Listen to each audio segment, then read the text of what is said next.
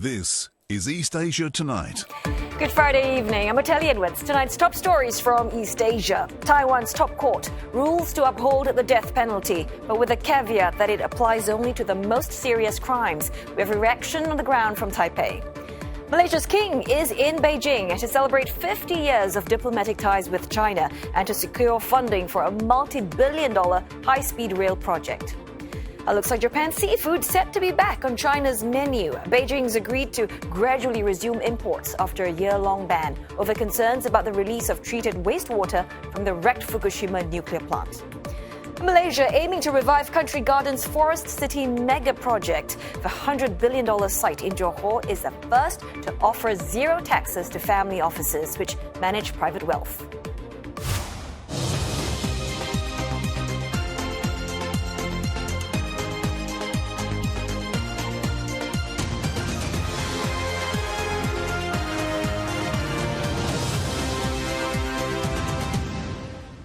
Whatever the present state of relations between China and the West, we still look for ways of staying engaged with each other.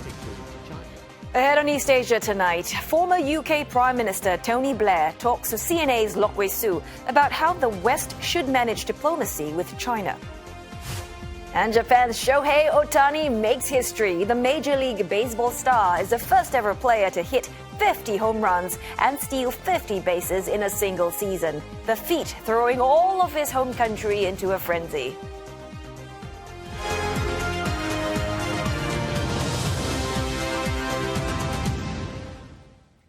Taiwan's top court has upheld the legality of the death penalty, but decided to limit its use in a compromise decision. The judiciary wanted to strike a balance between keeping the punishment's deterrent effect and preventing its abuse. Well, the ruling was prompted by a legal challenge mounted by 37 death row inmates who have exhausted options to appeal their sentence. And CNA's Victoria Jench joins us live now from Taipei for more. So, Vic, tell us more about what the court said, the main reasons behind this ruling. Yes, right now I'm standing outside the Constitutional Court. The latest ruling is generally made based on the protection of human rights.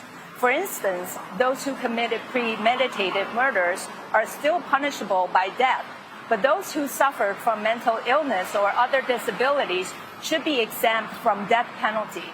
The decision did not come as a surprise because many legal experts have anticipated such an outcome.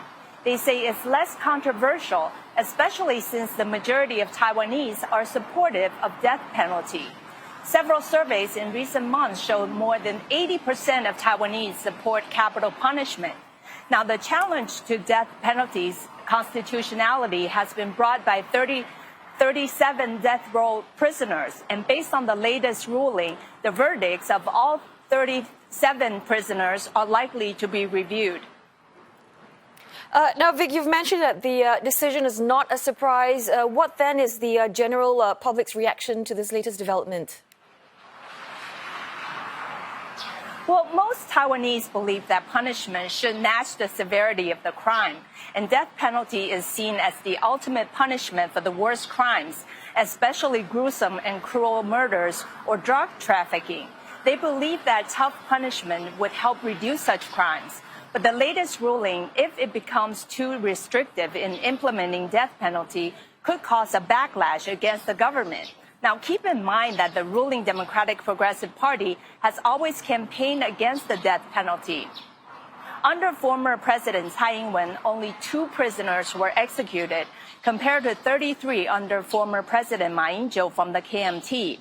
But so far, the people I spoke to on the street seem to be content with the latest ruling. 我觉得死刑是合乎宪法，我觉得可以啊，就是不要废死啊，因为我觉得还是要有一些比较重的罪行，让大家不要去做一些滔天大罪这样。算赞同啦，就是反正目前法律规定这样的话，那就尊重立法机关跟司法机关的决定。All right, thanks very much for that. Victoria Jen reporting to us from Taipei. Now, Malaysia's Sultan Ibrahim is in Beijing on a state visit at the invitation of President Xi Jinping. This is the first trip by Malaysia's monarch to China in a decade, as they mark 50 years of diplomatic ties. The Sultan arrived yesterday with a delegation that includes Transport Minister Anthony Loke and Housing and Local Government Minister Nga Khaw Ming. Malaysia's foreign ministry says the visit symbolizes the robust ties between the two countries. Earlier today, President Xi gave the Sultan a ceremonial welcome and held talks with him. And for more, Tan Su-hui joins us live now from Beijing. Su-hui, so what does the Malaysian king's visit to China basically mean for both countries? What you said earlier, Sultan Ibrahim has met with Chinese President Xi Jinping. We're still awaiting remarks from that visit. And also, he's expected to meet with Chinese Premier Li Qiang. Now, this visit is significant, especially when we look at who's accompanying Sultan Ibrahim. We're seeing housing and transport ministers. So we could expect that the king could be seeking support on infrastructure and connectivity projects, and we could expect that support could be sought for the major multi-billion-dollar project, high-speed rail project that links Kuala Lumpur to Singapore. Now, in 2020, that project was abandoned, and Malaysia had to pay a compensation fee of around $100 million to Singapore. But in 2023, Prime Minister Anwar Ibrahim, he did say that there's a possibility that Malaysia is keen to revive that project. And previously, we have also heard that Chinese Premier Li Qiang, he had also said that China is open to providing support when it comes to major infrastructure project. This could be seen as part of China's ambitious infrastructure project, the Belt and Road Initiative. And we could also see this high-speed rail project linking all the way to the southern city of Kunming. But this viability of the project is still up in the air. We could possibly only know the result of whether this high-speed rail project will be revived end of this year. Nevertheless, when we look at the timing of Sultan Ibrahim's visit to China, it is significant, especially when we see that China and Malaysia, they are celebrating and marking 50 years of diplomatic relations. So let's take a listen to the Chinese Foreign Affairs spokesperson. 中方愿同马方一道，以此访为契机，赓续传统友谊，深化发展战略对接，拓展互利合作，进一步丰富中马全面战略伙伴关系内涵，推动中马命运共同体建设取得新成果。Well, Su-hui, it looks like the King's, he will be in China for another 3 days or so. What else can we expect from the rest of his visit? On Saturday, he will be heading to COMAC, Beijing Research Institute. He will also be attending a naming ceremony for Malay Studies at the Foreign Studies University in Beijing. But overall, we see that this visit can be seen as a strengthening and deepening of ties between Malaysia and China. But at the same time, we can also see that there's a strong emphasis on the economy. And that comes as no surprise, as China is Malaysia's largest trading partner. We see bilateral trade at nearly $100 billion. Now, Malaysia is also China's second largest trading partner in ASEAN, behind Vietnam. Tan Su-hui reporting to us live from Beijing. Thanks for that report. Well, we're going to go for a short break now, but coming up next on East Asia Tonight. Our focus on our clients in China continues, if anything, has been redoubled. Citi says its strategy for China hasn't changed, even after the sale of its consumer wealth portfolio to HSBC. Stay tuned for our exclusive interview with Citi's wealth chief, Andy Sig. Plus, new condo listings in Tokyo plunging to a record low last month as hotel developers gain the upper hand in the battle for land.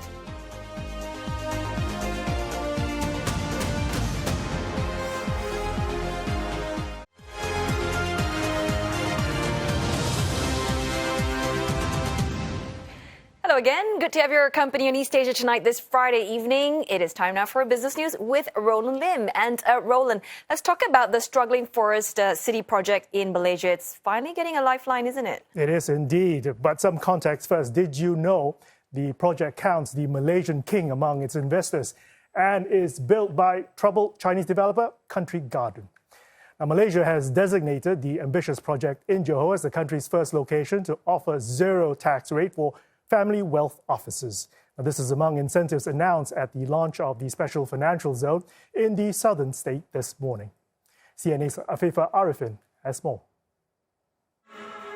The goal is clear: to become a magnet for international capital. That's the ambition of the Forest City Special Financial Zone, which was officially launched on Friday.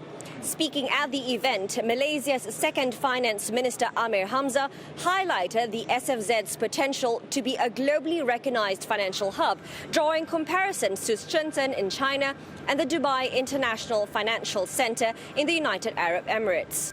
Forest City, with its combination of a duty-free island within a special financial zone, presents a unique proposition as a catalyst for economic development in the southern region of Malaysia, anchored on innovative financial services.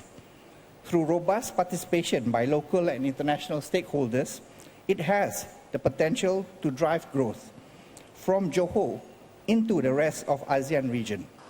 In line with this, the minister announced several tax breaks and incentives.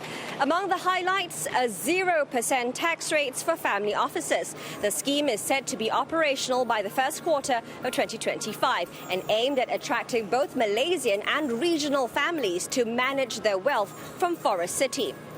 Other incentives include a concessionary corporate tax rate of 0 to 5% and a special individual income tax rate of 15% for knowledge workers and Malaysians employed in the SFZ. Forest City also aims to become a hub for financial global business services, fintech and foreign payment system operators with a preferential 5% tax rate. Foreign banks incorporated locally will also have regulatory flexibility to open additional branches here and benefit from the relaxed forex rules for offshore borrowing and foreign currency investments.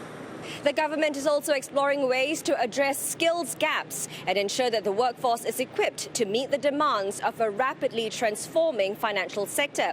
The SFZ forms part of Johor's broader economic strategy, which includes plans to set up a special economic zone with Singapore. Afifa Arifin, CNA, Iskandar Putri, Johor. The Bank of Japan has kept its monetary policy setting steady, as widely expected. At the conclusion of its two-day board meeting, the benchmark lending rate is kept unchanged at around 0.25%, and that's the highest since 2008.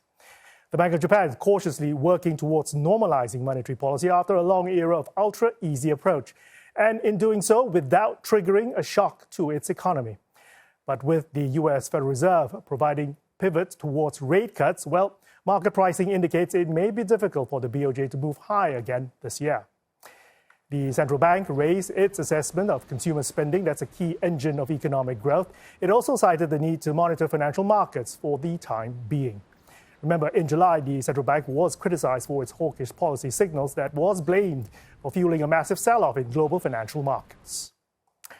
Let's check in on how the yen reacted. Well, it's weakened against the greenback.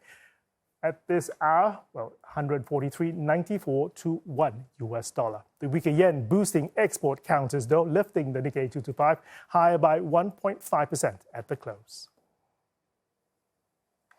The BOJ's status quo comes as data shows that inflation picked up steadily in the world's fourth biggest economy. Now, core consumer prices inched higher for the fourth month, rising 2.8% on year in August, continuing a price trend that's been accelerating since May.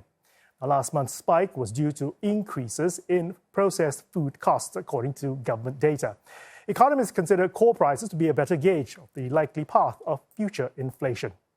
August's headline inflation also surged to a 10-month high. The inflation print appears to support the Bank of Japan's view that rising input costs resulting from a weak yen are filtering through consumer prices at a faster rate.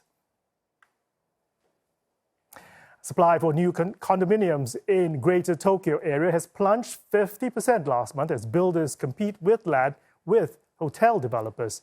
Now, the number of new listings for August was halved 50% on year to about 730 units. That's a record low for the month since data collection began in 1973. In the January to August period, new supply has shrunk some 22%, marking a significant acceleration in declines. Just last year, supply of new condominiums shrank 9% to about 27,000 units. Now, that's the lowest since Japan's financial bubble burst in the early 90s. And a reduced supply is driving up prices. The average sale price of new condos in Tokyo's 23 municipalities, well, that jumped 62% on year, up to close to $1 million last month. Sale prices between the month of January to August this year for the Greater Tokyo area were as a whole averaged just $550,000. Experts believe that the surge in condo prices may deter would-be buyers, and some would end up renting instead. Hotel developers are having the upper hand in the competition for land as Tokyo sees an influx of domestic and overseas investment aiming to meet demand from foreign tourists. This is especially the case for neighborhoods close to tourist hotspots, such as Asakusa and Ueno. Reports show that hotels accounted for 16% of overall real estate investments in Japan for the first half of this year. Now, condo builders are also struggling with a shortage of suitable sites for development, and on top of that, they need to contend with rising construction costs due to labor shortages as well as high material prices. Greater China markets moving cautiously after China's commercial banks left the benchmark rates unchanged amid growing calls for more stimulus to prop up the growth in the country. Shanghai Composite is ending the day, well, just marginally high, 2,736 points. Shenzhen dipped into the red, down 0.15%, 8,075.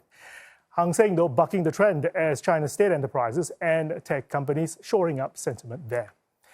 Property shares also bouncing back in Hong Kong, reversing the weakness earlier. This comes after a Bloomberg report saying that China is considering ditching some of the largest remaining restrictions on home purchases in order to boost the property sector. Now, previous curbs on non-local home buyers may reportedly be eased in major cities like Shanghai and Beijing. Earlier, policymakers once again held off on further monetary stimulus while financial institutions struggle with record low profit margins. The one-year loan prime rate now stands at 3.35%, and the five-year rate, which serves as a reference for mortgages, well, that remains at 3.85%.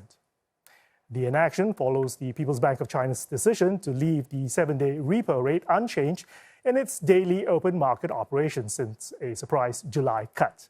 But that said, expectations have started to rise that easing is about to come after China's central bank indicated last week it was preparing additional policies to help revive the economy. Global banking giant Citi says it has strengthened its client focus in China, and its strategy for the country hasn't changed despite the sale of its onshore consumer wealth portfolio to HSBC. American Lenders Wealth Chief, that's Andy Sieg, spoke exclusively to CNN in an interview, and he also discussed another bright spot for financial markets this year, India. Our focus on our clients in China continues, if anything, has been redoubled. And the clients we serve in China run from multinational companies down to mid-sized businesses, and then many individuals in China. Our strategy and our focus on clients in China hasn't changed. It's just the way in which we're serving that market has changed. We're now serving it offshore exclusively today. I think that bringing more focus to our strategy has actually accelerated the growth of the business, quite a bit, because we're not spreading our management focus among, multiple approaches to the market. We're very clear today. We've got strong franchises in Singapore and Hong Kong. We're using those as really the foundation blocks of our strategy in Asia to serve clients in China and elsewhere. And growth has picked up, which I think is a strong endorsement for the moves we've made. This is similarly what you're doing in India as well. Just a bit of context, and I'm sure you know this, India has seen a burgeoning middle class. The wealth there is growing as well. But Citi also, it exited its consumer business in India last year. Does it still see opportunities in India? I'm aware that you have offshore banking services there, but would you, at some point, think of re-entering the Indian market physically, especially as we see the U.S. slow down, China slow down, and India is quite the growth story this year. India has been the focus this year. We're not only excited about the economic growth in India. Citi participates extensively through our institutional businesses. India is one of the largest and most important markets for Citi around the world. As you said, our wealth strategy in India is an offshore strategy today. We're not in position today to announce changes. We feel very good about our ability to serve clients from an offshore standpoint today. We think about India as a market that we want to approach comprehensively. For us, having a very disciplined, very client-focused strategy is the right way to proceed. When we look at Citi's strategy today versus in the past, we are much more focused. We are trying to be much deeper with the clients that we serve. That's meant we've had to walk away from some areas of our strategy. We've had to, look at some things that we were doing and say there may be a trade-off here in terms of just bringing our investment and our capital to more core client activities. We've made those shifts, and we see the payoff of those shifts in terms of the momentum in the business. And here's some more stock market action before I go. South Korea's Kospi ending almost 0.5% in the green, tracking overnight gains on Wall Street. And this marks its second weekly gain, helped by advances in automaker shares. Taiwan weighted index also closing up by more than 0.5%. And that'll do it for the business segment. I'll tell you. Thanks so very much, Roland, for the business news. Now we're going to go for another short break, but coming up in East Asia tonight, a final overseas trip for Japanese Prime Minister Fumio Kishida to cement Tokyo's alliances before he steps down later this month. We'll tell you what he aims to achieve at the Quad Summit. And we bring you perspectives on China from former UK Prime Minister Tony Blair as he sits down with CNA's Lok Wei-Su.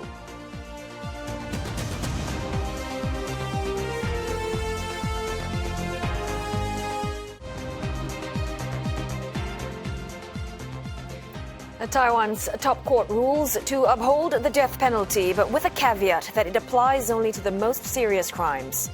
Malaysia's king is in Beijing to celebrate 50 years of diplomatic ties with China and to secure funding for a multi-billion-dollar high-speed rail project. Also, Malaysia aiming to revive Country Garden's Forest City mega project. The $100 billion site in Johor is a first to offer zero taxes to family offices which manage private wealth.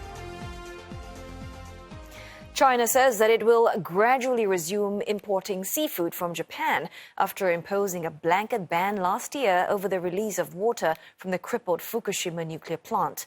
Beijing says that Chinese and Japanese officials conducted multiple rounds of talks, and Japan has committed to doing its utmost to avoid a negative impact on human health and will continue to monitor the marine environment. Prime Minister Fumio Kishida said today that additional monitoring of the water discharge will be conducted under a framework led by the International Atomic Energy Agency. And based on the results of this monitoring, China will resume imports of Japanese marine products that meet Chinese safety standards. Before China imposed the ban, it was the biggest market for Japanese seafood exports. Japan began discharging treated wastewater from the plant into the Pacific Ocean in August last year. Tokyo insists the operation is safe, a view backed by the UN Atomic Agency. U.S. President Joe Biden will host the leaders of Japan, India, and Australia this weekend for a summit of the four-nation Quad group, long seen as a counterweight to China.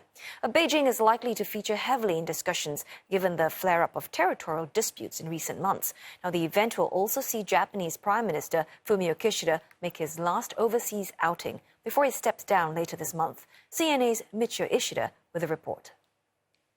The four-day trip to the U.S. will be the last chance for Prime Minister Fumio Kishida to cement the foreign policy legacy of his single-term premiership.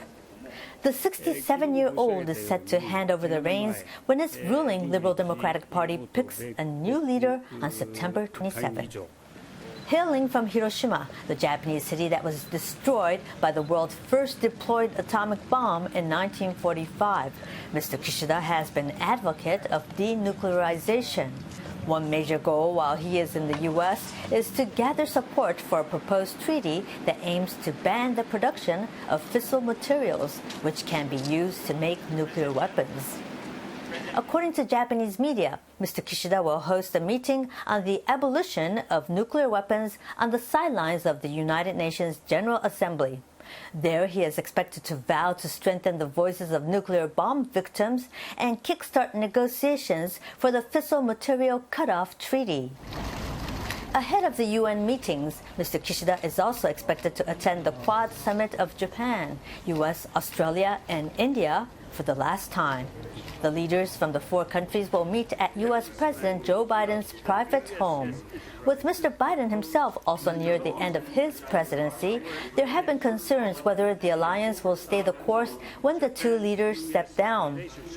Local media described the meeting in Wilmington, Delaware, as a farewell for Mr. Kishida and the U.S. counterpart.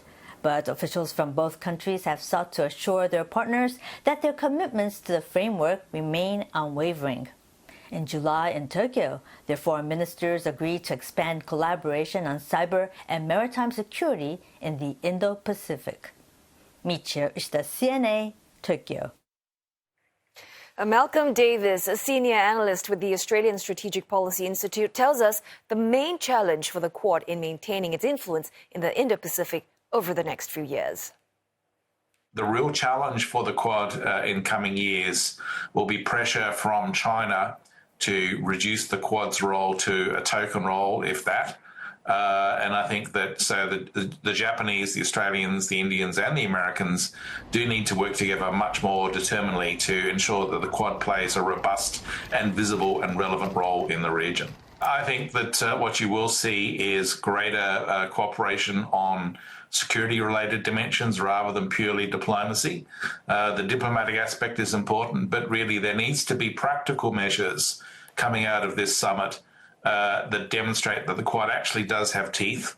And so, dealing with maritime security, trade issues, technology challenges, and climate change would be obvious ones. But I think there's also some steps that the Quad could take beyond that in terms of defence cooperation. The potential not to be an Asian NATO per se, but essentially to be a complement to other defence partnerships such as AUKUS, by working together in key areas of common interest such as space cooperation, cyber technology, artificial intelligence. All of these areas could contribute towards regional security in a positive way by strengthening deterrence against China. And I think that's where the Quad needs to go. And it can do this through diplomacy, obviously creating diplomatic agreements to work closer together in multilateral forums, but it also has to do it in practical and visible measures. And I think developing, for example, common policies on freedom of navigation of the seas, particularly in areas such as the South China Sea and the Taiwan Straits, is really important for the Quad to agree on, so that there is essentially a Quad element to freedom navigation operations, or FONOPs as they're called, that strengthen deterrence against China and don't allow China to essentially force the region to submit to its will.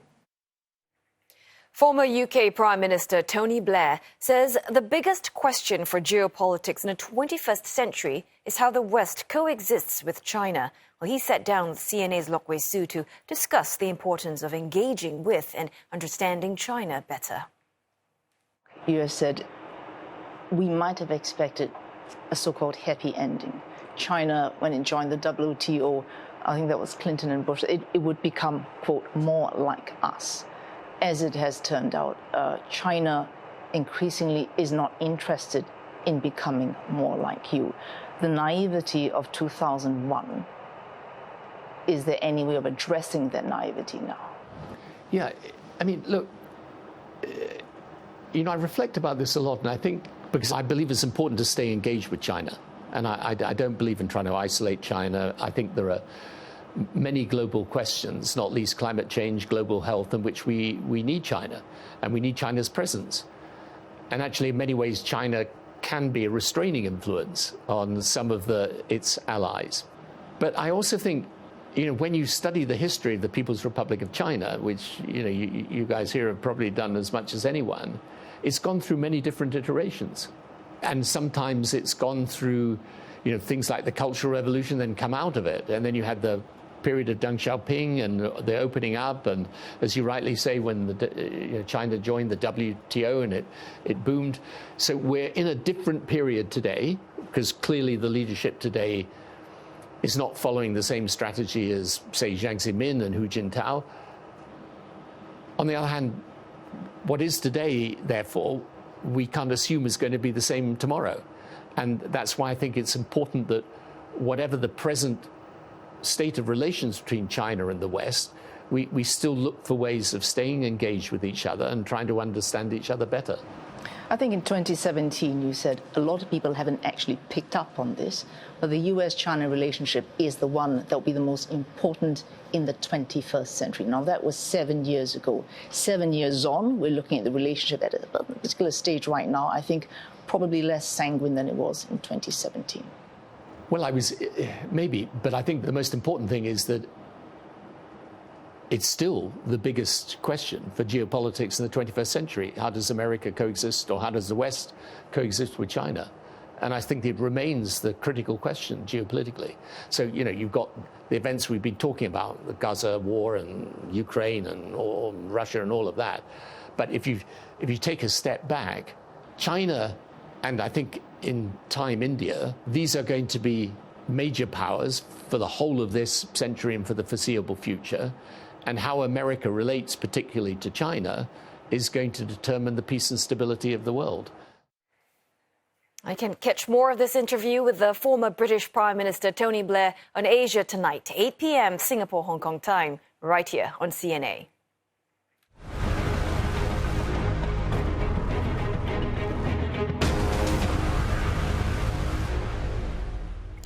Roads and neighborhoods in Shanghai were flooded today after the megacity was hit by its second typhoon in 1 week. We'll check out this social media video showing submerged cars and people wading through a flooded street in Shanghai. State media says rainfall broke local records in parts of the city, but many flooded areas were dry and cleaned up by late morning, and no severe damage or casualties have been reported so far. A typhoon Pulasan made landfall last night, bringing heavy rain and strong winds of about 80 kilometers per hour. The storm has since weakened to a tropical depression. Early in the day, Pulasan also grazed southern Japan, setting off a landslide on the island of Okinawa. The storm is the second to lash China this year after Bebinca, which just days ago forced hundreds of thousands of people to evacuate their homes. Bebinca was also the strongest storm to hit Shanghai in 75 years. And CNA's Tan Yu-Guan tells us more about the damage and ongoing recovery efforts in the wake of Pulasan.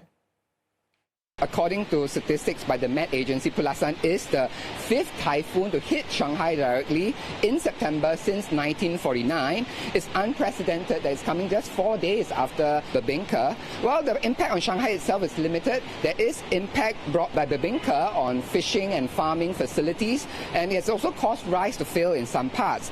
Earlier, of course, Shanghai did evacuate about 400,000 people ahead of Bebinca, but those already returned home immediately after. So other than the 60,000 evacuated, there are no other evacuations reported. You could say that Pulasan is a lot weaker than Bebinca. Bebinca, a couple of days of packing winds of up to 42 meters per second, whereas Pulasan is now packing winds about 23 meters per second, and even reduced even further as it gone inland. So Pulasan is about half the strength of Bebinca. That said, Pulasan did cause a minor disruption to central Shanghai. For example, my driver was reporting that the usual 1 hour drive this morning became a 2 hour drive. And also the elevator at my apartment broke down because, according to the security, rain seeped into the elevator shaft. Coming up next on East Asia Tonight, a look at how people in China are planning for a smooth retirement despite a pension crisis plaguing the country.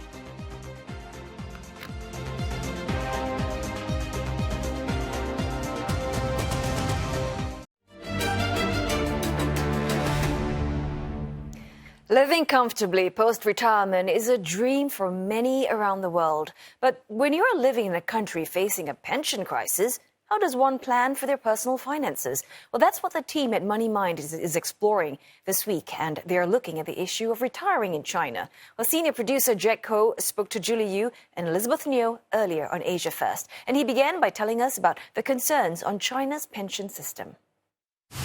In China, the main source of income, for retirees and the elderly is actually the state pension. And the problem is, the state pension is running out of money. Right, so according to the Chinese Academy of Social Sciences, which is a state-run think tank, right, the state pension is expected to run out of money by 2035, which is in about a decade's time. So a lot of people are worried about their retirement income, about how to make it a secure retirement for them. So yeah, I think a lot of them are also thinking or planning to continue working or returning to work after their retirement. Yeah, so I think this includes the elderly with some unusual side hustles as well. So I think we spoke to one of them. Yeah, let's take a look. Liu Chunyuan was once a truck driver, but after retiring, his life shifted gear. The 69-year-old is now a matchmaker. Liu officially retired about 14 years ago. With a pension and some savings, he's able to make ends meet. But to earn some extra cash, he's offering matchmaking services at public parks in Beijing. 正好呢，就是有亲戚朋友，或者是他们一个没时间，再一个呢，就是他们有的时候怕街坊朋友们看到了，说哎呀，那个谁谁闺女多大了，或者是谁谁儿子还没找对象呢，怕人笑话，是吧？我就来给帮忙嘛，这摆一摆。你说多少钱嘛？反正就是随便吧，就是能给点就给点，我就拿着，是吧？一个月反正100块钱吧。那个就是反正就是帮忙做点好事儿，是吧？能也补贴补贴家用，这样。具体多少钱吧，反正一个月1000多块钱吧，1000来块钱。Yeah, Jake, so the question is, why is China's pension system running out of money?